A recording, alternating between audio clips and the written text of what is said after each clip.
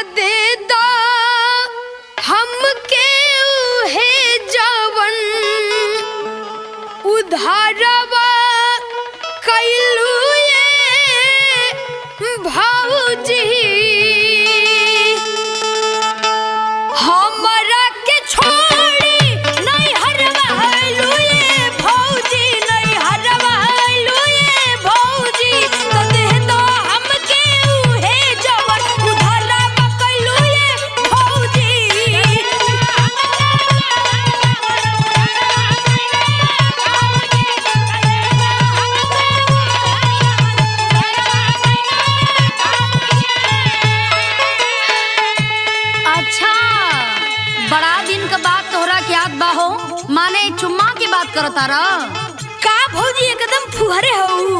पर्दा में कोनो बात कल जाला की? अरे बाबू हमार बात सुना ना। सुनावा।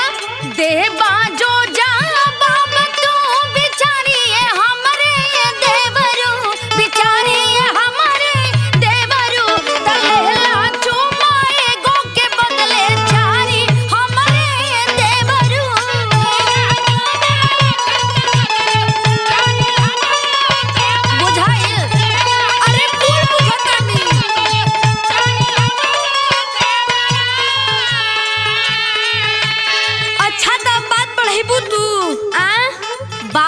बढ़ावतानी तो के एगो चुम्मा के बदले हम 4 गो चुम्मा जरूर दे दे बाबू, लेकिन पहले हमार बात ध्यान से सुना। हमरे सवाल के जवाब यदि सही सही देबा तब पूछा भाई। हम हो देखी कौन सवाल पूछत हो। सुना सुना हम पूछतानी। सुनावा। कौन काम करे ना कुंवारी हमरे देवरू, कुंवारी हमरे देवरू, तो चाहे ना कबहू कोइल विधवा नारी हमरे देवरू।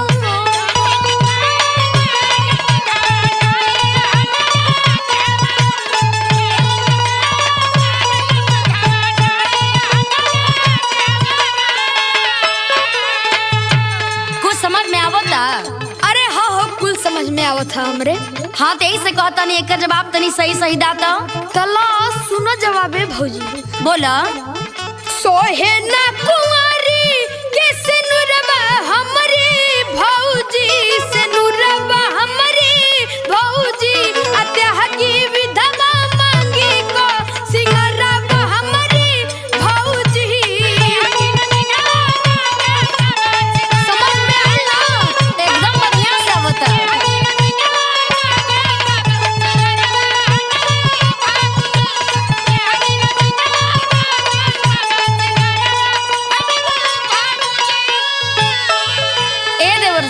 हाँ भौजी। तो खाली एगो सवाल के जवाब दे के तो हीरो मत बना।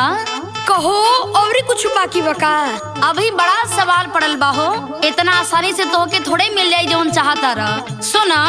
सुनावा। अपन छी उड़ी पीछे कौन जाले हमरे देवरू, हाँ जाले ये हमरे देवरू, तो धरती ऊपर पाव कवन ना डाले हमरे देवरू।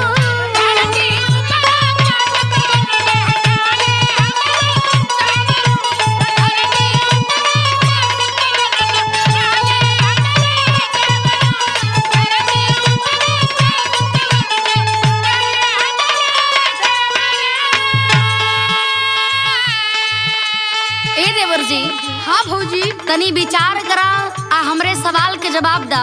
अरे तू पूछा ना कि कवन पंछी पीछे के तरफ उड़ेले, हाँ आ कवन धरती पर कबो पावे ना रखेले।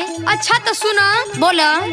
गुंजन उड़ेले पीछे में योरी ये हमारी भौजी, औरी ये हमारी भौजी, हरियल हरदम रहे जमीनिया छोड़ी ये हमारी भौजी।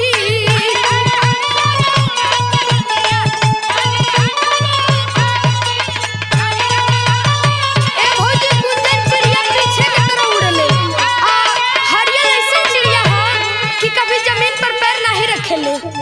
ए देवर जी, हाँ भौजी। हमरा के पता चल गेल कि तू सचमुच बहुते जानकार बड़ा। अच्छा लेकिन ये हमारा आखिरी सवाल के जवाब दे लेबा ना, हाँ तो जवन वादा कैले बानी ओके हम जरूर पूरा करब। अच्छा चलो ठीक बा, पूछ लई हो। सुना, सुनावा। के वाने नदी में ना मछरिया हमरे देवरू, मछरिया हमरे देवरू, महंगी सोना से भी कमल लकड़िया हमरे देवरू।